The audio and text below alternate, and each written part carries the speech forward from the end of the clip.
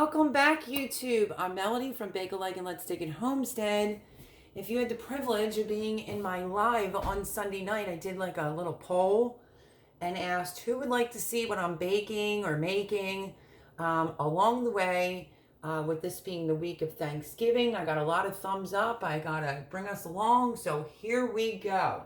Recipe number one. I'm in Pennsylvania. It's very cold here today. And there's no bread cubes in any of the supermarkets, and that's okay because I'm going to bring you along when I make, which is what we're going to make today. I'm going to make my Thanksgiving sage stuffing. You can call it holiday stuffing because you can use this at Christmas time too. So, has a lot of ingredients. I will post them down below in the description box, but I will also tell you as we go along. As you can see, you're aimed at my KitchenAid with a dough hook on there. And the only thing that I did was 2 cups. Let me show you. Because I wanted to give it a jump start. 2 cups of warm water, about 110 with 115, with 2 tablespoons of instant yeast and 1/4 cup of sugar. Now, normally I wouldn't do that. I would normally just layer it in the bowl. But for anyone that's new, I wanted to show them the process of the warm water, add the yeast, the sugar, gave it a stir, put it off to the side to let it proof. When it's nice and bubbly, then we're going to dump it into the bowl. So I don't want to leave anyone else out that maybe has never made stuffing bread before. So as you can see, it is starting to look very bubbly. It's a little cold here today. That sometimes will affect your yeast. Just make sure your water's not too hot. And about 110, 115.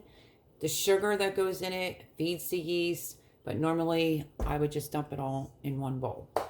I keep my yeast in a mason jar like this. And I keep it in the refrigerator. And my other yeast is 1 pound packages. And they're in the freezer. So, okay, so that part is done. Here we go. We're getting ready to make sage stuffing bread. I have done a video on this before in YouTube. I think this is going to just be a revised version. And I'm going to have a folder that has everything to do with Thanksgiving. And that's where you will be able to find all these recipes. Okay, so as you can see, the yeast is foamy and good to go. I'm going to put it in the bowl. And now, here comes the fun. We're going to start adding everything. I have my recipe right here. 1/4 cup of potato flakes.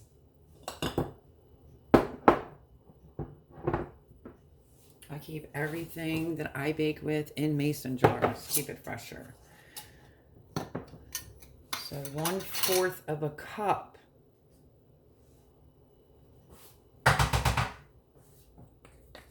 Oh, it's a little bit too big for my spoon there.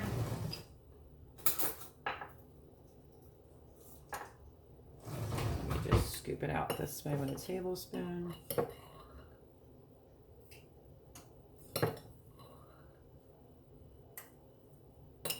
Without making a big mess. I will explain why potato flakes and everything as I go along. I'm just trying to measure it good because when it comes to baking, things need to be measured properly or it will not turn out. Okay, 1/4 cup of potato flakes going in. We are going to be using 1/4 cup of milk powder. Why milk powder? Well, if you use regular milk and you don't warm it up, it has an enzyme in it that will mold your bread a whole lot faster. Here is my milk powder. I always keep the tag in there so I know what it is because, you know, we all get busy and kind of forget. So that is 1/4 cup as well. So let's get this going. And I'm so glad that everybody wanted to see what I was doing and wanted to see the recipes. So Very thankful for that. Thankful for the new subscribers. And like I said, this will all be in a folder. 1/4 of the milk powder. You don't have to add cornmeal. It's optional. I'm going to add cornmeal. So this is what I have left of my cornmeal. So I just love smelling it. Cornmeal. Now this jar is bigger, of course, so I can go right in. 1/4. Right in it goes.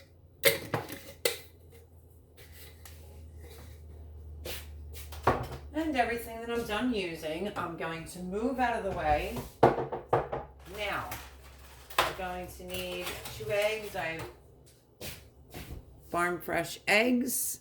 I like to crack them in a separate bowl because you just never know. So let me get a different bowl. Plus, if you got an eggshell in there, you'd have to start all over. So 2 eggs.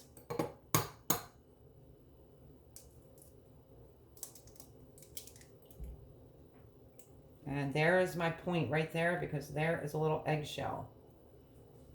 I'm going to crack egg number 2. Which I thought I got it out, and I did not. Let me just take a minute here to just, it's like sticking to the yolk.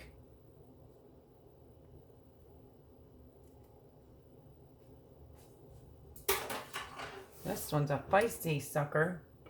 One little tiny little eggshell. There it is, got it. And that is why I say, please crack it into a separate bowl because of situations like that.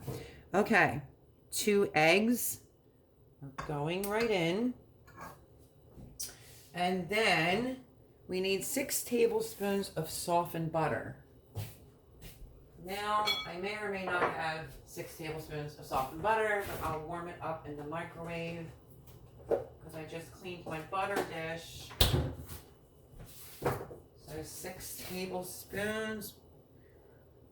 It's right there, and I'm just going to cut it.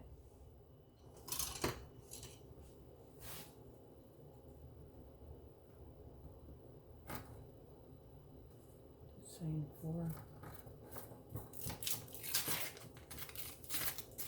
The paper wants to come off, and I'm just going to put this in another little separate bowl, and I'm going to melt the butter in the microwave, not too hot,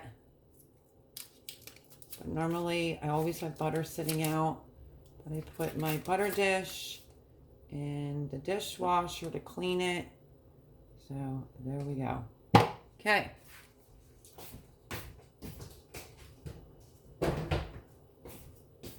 So that is the 6 tablespoons of butter. We're going to put it in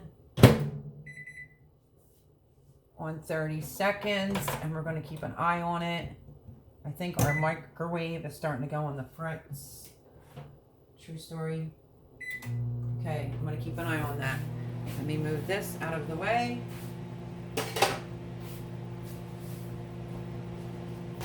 And while we wait for the butter, it's 5 to 6 cups of bread flour, only for the 6th cup. Look at it this way. It's 5 cups. Doesn't seem like it's coming together. You can go the max 6 cups of flour.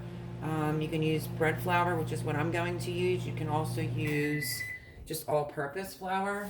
But I am going to use up probably the last, my friends, of my bread flour. This is what I have left of my bread flour, but I'll have to see if I can try to find some more. Just watching the butter. It's almost there. Then we will continue. So excited to get this done because this is going to be the bread for my stuffing. And I'm even more excited that I'm bringing these along. There we go. Just about. It's like a little piece in there. And we're going to let that cool a second.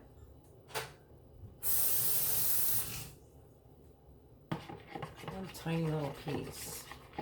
Just mix it up because you don't want the butter to be too hot. Okay. We need 5 to 6 cups of bread flour. I'm going to start off with 5 cups of flour. This is a 1 cupper. Hopefully you can see. Actually, I'll just bring it closer. I like to fluff it up. Okay, I've had some questions about how do you measure flour, and I'm going to do that right now. The container's not that wide, but what you want to do is put your cup in there. Like, see how that's a little shy? So I dig deep so that it's a full cup, like full, like that. I take my butter knife, I go like this, and then I just smooth it right across. I don't jam pack it in there. And that, my friends, is how you measure flour. So that is 1 cup. Let's keep going. So we're going to be needing 5.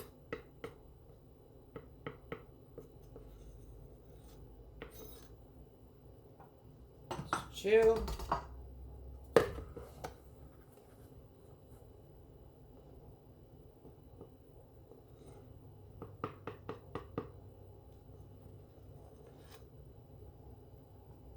3.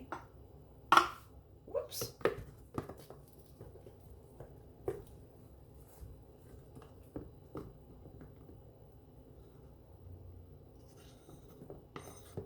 4. 1 more. Listen, if you're not making a mess with some flour in the kitchen, you're not really baking. That's what I was always taught in baking school. So I tried to be nice and neat. And of course, I made a little tiny mess. And 5. So there is the bread flour. I'm going to still leave it out in case we need a half. And let me just clean up my mess a little bit. I like to clean up as I go along. Okay. Now what we're going to do is we are going to add the butter on top of the flour, like so. And let me just show you what this batter is already looking like. Look at it foaming. That tells you how good that yeast is. So I planned on bringing it in a tiny bit closer as soon as I get all the ingredients going. But I guess I can adjust this now, like so. Okay, now we're going to add in everything else. We need 2 teaspoons of sea salt. Everything of mine's in a mason jar if you're new to this channel, and I label it. I love mason jars before they became popular again. So we need 2 teaspoons of sea salt. 1 and 2. Which I'm going to need to have to fill that up. And then we need 1 teaspoon of black pepper. I'm going to just use my freshly ground black pepper. So 1 teaspoon black pepper right on in. 2 tablespoons of poultry seasoning. Little trick here. I don't know if you're like me and you always buy more poultry seasoning, and then you end up having a little bit left over in your jar. Use up what's in your jar first. It is still good, obviously, but before you want to go and dump your new box in, you want to kind of use up what you have left in your jar. So we are on the poultry seasoning, and we need 2 tablespoons of poultry seasoning. This is going to be so good. Okay, next, a teaspoon of ground sage. Mine is homegrown sage. Straight out of the garden. Look at that beauty. You find a stem, just pull it out. So, a teaspoon of ground sage.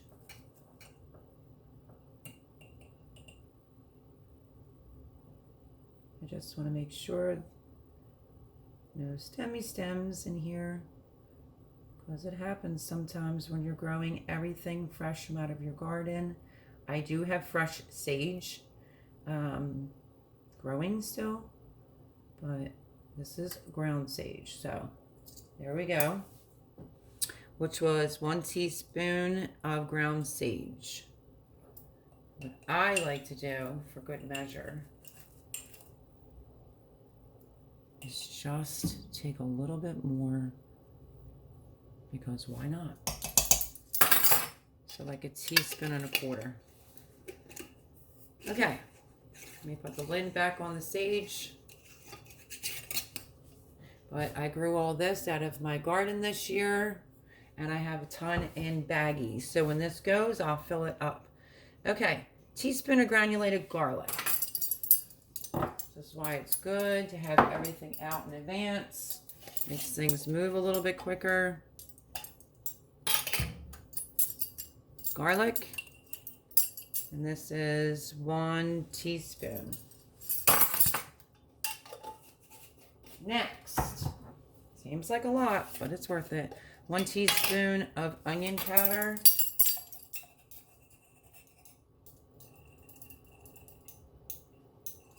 Get a little bit more because I am literally almost out of my onion powder. I'll have to make some more. Okay. Onion powder is in. Tablespoon of dried parsley, which is also homegrown out of the garden. Now, you can put chives in it. I don't recall putting chives in it last year, but that's optional, really, for you. But let's see. Okay, so we need 1 tablespoon of dried parsley. We are going to dig on in. 1 tablespoon of dried parsley. I'm just pressing it down on the spoon. There it is. That is in. Not that I don't have the chives, because I've dehydrated chives. But here are my chives that I did on my food processor. I mean, my dehydrator. And it's 1 tablespoon of dried chives. I'm going to do 1 teaspoon. I fluctuate my own recipe. So there's 1 teaspoon. And that is it. It seemed like a lot, I know, but it's super easy if you just have all your ingredients out in advance. Okay, so let me move that out of the way. And what I'm going to do is I'm going to raise this up. I'm going to bring you guys closer in. Remember, if you've seen any of my videos, I say this is a louder KitchenAid. But if you can see, look at the foam going on. The foam in that bowl is amazing. Like I said, I'm just trying to keep an eye on my battery pack. Okay. It's nice and foamy, and we raised it up. You don't want to do bread past 2. We're going to start it off on 1, just so it doesn't fly all out of the bowl. And I mean, look at the foam. And then it goes on 2.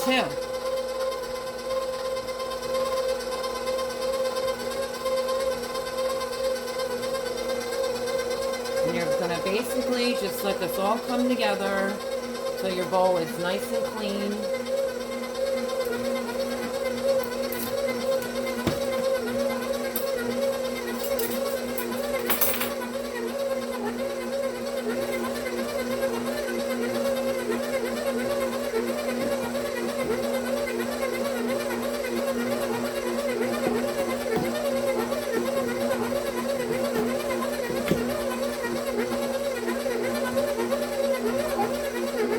Very quickly, I wanted to stop it. I know it's noisy, it makes a weird noise. That's how I got it brand new.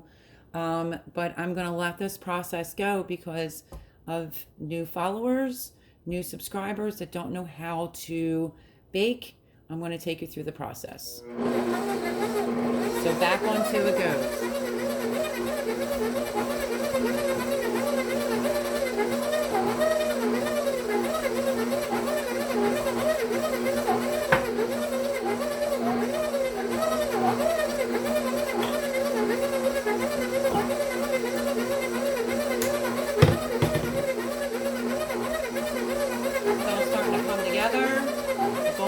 starting to come clean. As you can see, we're going to let it mix.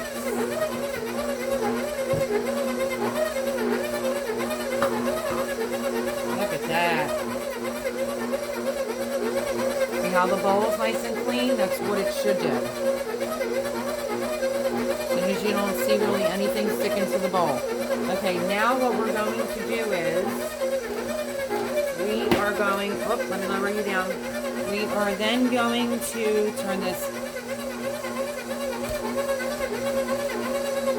Wait, I just wanted to make sure I got it all. Okay, it did.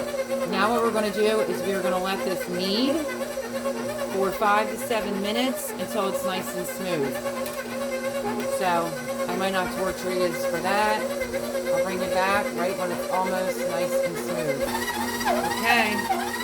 I know it's loud. As you can see, it's looking almost there, almost smooth. And then what we're going to do is we're just going to take it out, knead it by hand for like a second. We are going to get this bad boy rising.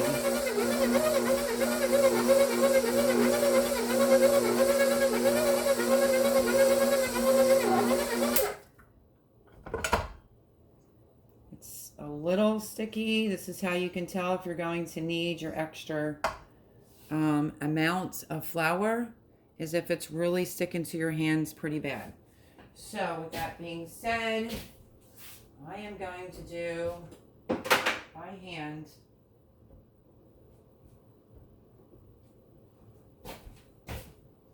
another little sprinkle. And that's another trick. If you get some flour on your hands, just rub the flour on it and it comes right off. So we are going to continue to mix this just so it's not as sticky. So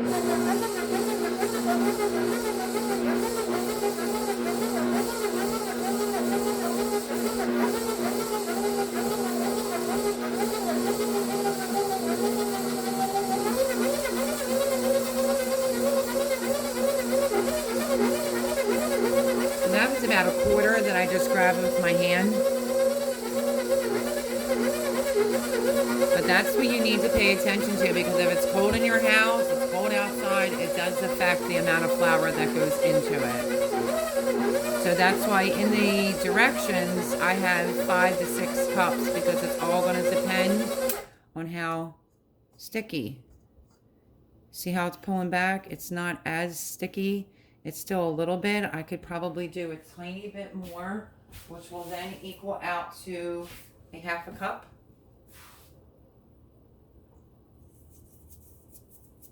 I've baked for so long, I can measure it by my hands. Okay, we're going to mix that in. So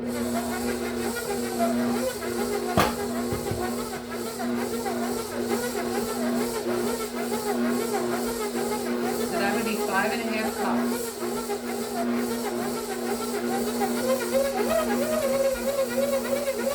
We just want to get the flour incorporated. Get the bowls clean. All gets mixed in. I know the noise is terrible. So as soon as it's mixed in, I'll bring it back. Okay, let's check it out. Looks pretty incorporated to me. Let's lower this. I just wanted to make sure that a little bit of extra flour totally got mixed in.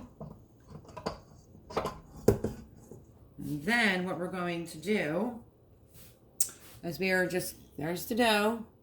We are just going to, let me move this back so y'all can see. And then I'll wipe it up. As you can see, I clean up as I go along. Makes my life so much easier. We are just going to dump the dough out of the bowl. Like so. Any little pieces that might be on the bottom of the bowl. And then all I'm going to do is just, like I said, it's still a little sticky. That's okay. As long as it's not sticking to your hands, you're good. And as you can see, it is not. So, there.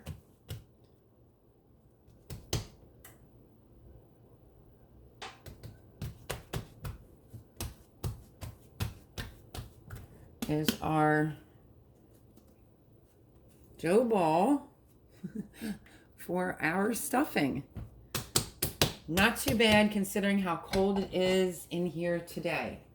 Now, if you don't want to be like me, I don't really want to do a lot of dishes. Just use your same bowl from your KitchenAid as long as you don't need to use it for something else. And what you're going to do is you're going to put a little bit of oil in here. And then we're going to put the dough in there. I need to fill up I just sprinkle it around the bowl. Don't need a ton. So the dough looks amazing. Okay, let's keep going. We're just going to pick it up. As you can see, it's not sticking. I want to just put my fingers around the side of the bowl. The oil, reason being, is because you don't want your dough to get a skin on it. So I drop it in, I spin it around, I flip it over, flip it over. Oh, I forgot to spin that one. Just flip it over. There it is. And this is going to go in my microwave, not on, but in the back, and we are going to let this rise. Let me tell you how long, because I literally forget. It could be an hour and 15 minutes, could be sooner, but it's going to go in my microwave, a warm spot. You can also put it on top of your oven if you're preheating it. And we're going to cover it up with a lint-free towel. And yeah, as soon as it rises, I will bring you guys back. Okay, let me show you, because it actually took a little less time for it to rise. But this is what you want it to do.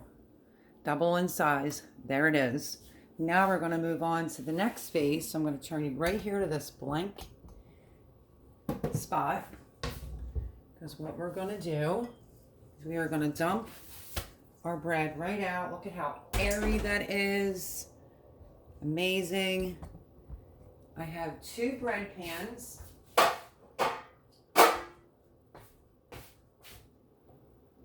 2 bread pans. I'm going to spray them with a little pan. My oven is preheating at 350. You just want to make sure you spray the sides of the pan pretty well. And I've never used these pans before because I'm pretty sure these were Jimmy's mom's. I washed them very good. And that is what we're going to use. I don't want an excessive amount, so I usually just take a paper towel and I will just rub it all in like that. So it's not like an obscene amount. But I told you, you even want to do the lip going around the top of the pans too. I told you this was a quick and easy recipe. And now I'll be able to have my bread cubes. Okay, this is the bread right here. Basically what I'm going to do, I'm going to take a knife and I am legitimately just only going to cut it right down the middle. Like so. And be ever so gentle because I don't want to nick the brand new counters. So we're just going to pull the rest of it apart. Just cut it, eyeball it. And then what you're going to do is you kind of want to roll this a little bit like a ball. This is how I do it. I'm hoping you can see this. I'm going to move this one out of the way. And basically, we are just going to go like this. And you see the back of the seam. We're not being real particular here. Just pinch it.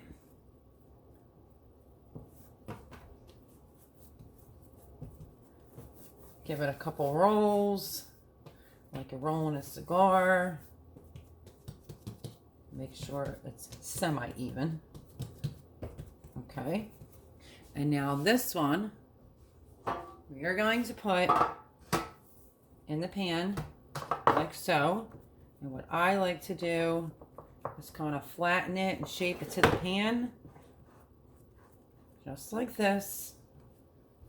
So that it's even. Put your hand in the middle.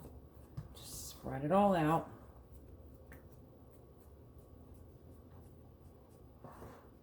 Do the best you can.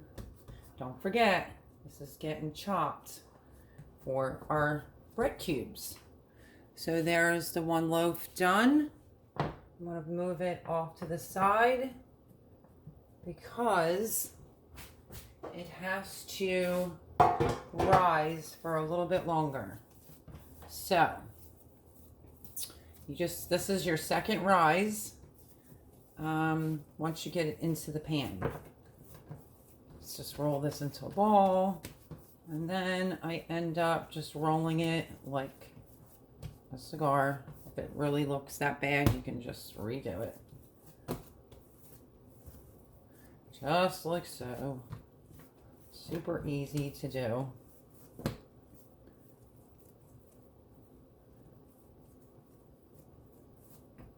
Doesn't have to be anything fancy because, like I said, this is for your bread cubes. So we're gonna roll it again like that.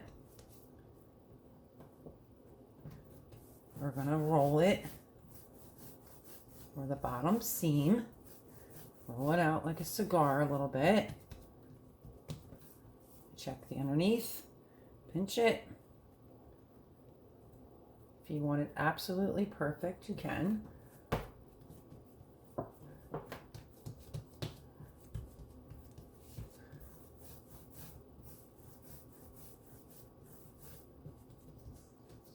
Good enough for me.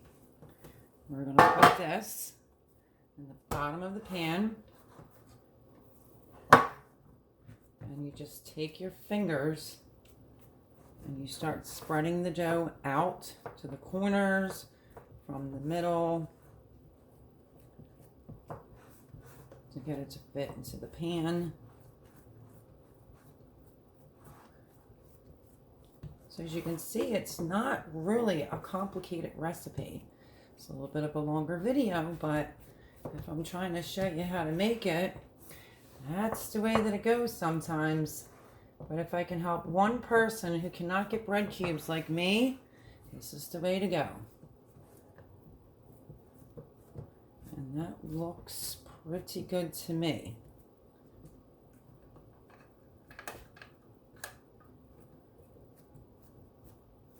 You can always tell by the middle if it's a little bit fatter. Flatten it. Like I said, my oven is preheating on 350. We are going to cover these up. I will turn you around 1 second.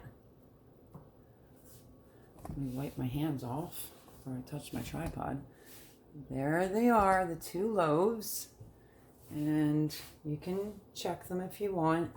If they don't seem like they're even, you can do what you need to do. That's it. We are going to keep them together.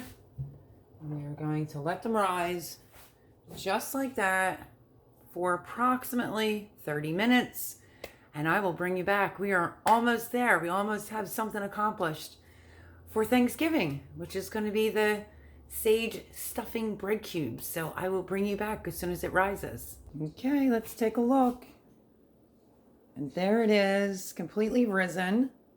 Didn't take exactly 30 minutes, took probably about 22 minutes. We're gonna put this in the oven on 350 for about 25-30 minutes till it's golden brown, and we are just about finished. Okay, so there it is. I just put it in the oven and it's literally so soft and fluffy. So I'm gonna close the oven door, not let the heat out, 25 minutes or until golden brown. So let me shut that and I will bring you back as soon as it is done. Okay, it's time to check the bread. Oh my goodness, look at that. Give it a tap. Yep, let me sit you down so I can grab a pot holder. smells so good in here. It smells like Thanksgiving. I don't want it to get too dark. So this looks perfect to me. You hear that sound? That's the sound of some done bread. So there we have it. There is my 2 loaves. It's literally probably going to take 1 loaf. I'm going to take it out of the pan. I'm going to let it rest. Do not cut into the bread while it's still hot. Let me shut this oven. Speaking of hot. So anyway, the sage bread. We need to let it cool. I'm going to dump it out in a couple minutes onto a rack. I'm going to thoroughly let it cool. You don't want to cut into this. While it's hot, it will change the dimension in the inside of the bread. Now, this will be for, like I said, stuffing to make the bread cubes. So another idea, if you only use one of the loaves for your stuffing, you can use the other loaf for the next day on leftovers. Smear some cranberry sauce on that, put some turkey on it. Amazing. But I made these 2 for my bread cubes for my stuffing. This is the sage bread cubes. So now what I will do, let me backtrack, is I'm going to let that sit for a minute. Let me turn my oven to off. I'm going to let that sit for a moment, and then I'm going to dump it out. I'm going to let it cool, and then I have a recipe coming tomorrow. We're just going to keep this going. I'm going to try to push out a video every single day. Tomorrow, when I go to do my next video on what I'm making, I will show you exactly how I cut it up. Just in case, for the sake of saying, once this is completely cool, you can go straight across this way. You can go in lines, and you want to cut them into chunks about that big. If you don't want soggy stuffing, my advice is to keep it uniformed, different textures. So yeah, that's the game plan, because there it is. It's done. And tomorrow I will show you how I cut it up and use it for stuffing for bread cubes. Now, so last time that I made 2 of these loaves, I had one for Thanksgiving and I had one for Christmas, because you literally can wait till it cools when you're ready to cut it, and it's thoroughly cut and cooled. You want to just put it in a bowl, let it air dry. You could put it in the oven, on a cookie sheet, on a super low temperature. But once we cut this is when we're going to dry it. So that's why I figured I'd bring you back. I have a quick, simple, easy recipe that's coming tomorrow. And in the meantime, I will show you how to cut the bread, the size of the cubes, and how to put it on a cookie sheet and dry. You can also do it in a dehydrator. You can also just cut it and put it in a bowl and let it sit at room temperature, like in the air, for a day or 2. So that part I will bring to you in my little video come tomorrow. This will be the following day for you guys. But today I basically wanted to show you how you can make your own sage holiday bread, stuffing cubes, whatever you want to call it. To me, this is my sage bread cubes for stuffing, and that's what the title is going to be. I hope that you guys enjoyed this video. You see, it was super easy. It took a lot less time for it to rise, as I initially remembered last year. It took a little less time for it to bake in the oven. So yeah, I mean, super duper easy. You probably already have most of the ingredients on hand. If not, worst case scenario, well, if you have a garden, you might still have some sage, but worst case scenario, you might have to pick up some sage. You can also omit it, but it just won't be the sage bread cubes for your turkey. So there it is. There is the sage bread cubes for stuffing. And like I said, I will see you guys tomorrow with another recipe. And I will show you how to cut it up. If I have to do 2 videos in one day, then so be it. That's how I'll do it. But I will absolutely show you how to cut this and how to dry it It's really easy peasy if you've never done it before, but I hope you guys enjoyed this. It is the first day to get crack-a-lackin' on getting your Thanksgiving stuff prepared. My turkey's been in the freezer thawing since Saturday, 20 pounder. And today I wanted to do the sage stuffing bread. So that's done. And now we're on to the next recipe tomorrow. And I will also, like I said, if I have to do a separate quick video and showing you how to cut this, to put it in the folder of Thanksgiving, so be it. That's what I'm going to do. I said a video every day this week and I meant it. I'm going to try my hardest. So I hope you enjoyed this. Give me a thumbs up. Leave me a comment. And if you are new here, hi, welcome. And yeah, I greatly appreciate you being here. And this was so simple. You got to give it a try. If you're like me, I'm in Pennsylvania and I can't get bread cubes. So why not just make it? Sage is in turkey and stuffing anyway. So there's my sage bread. And we're just going to let it cool. And I love you guys. God bless. And I will see you tomorrow. Bye, everyone.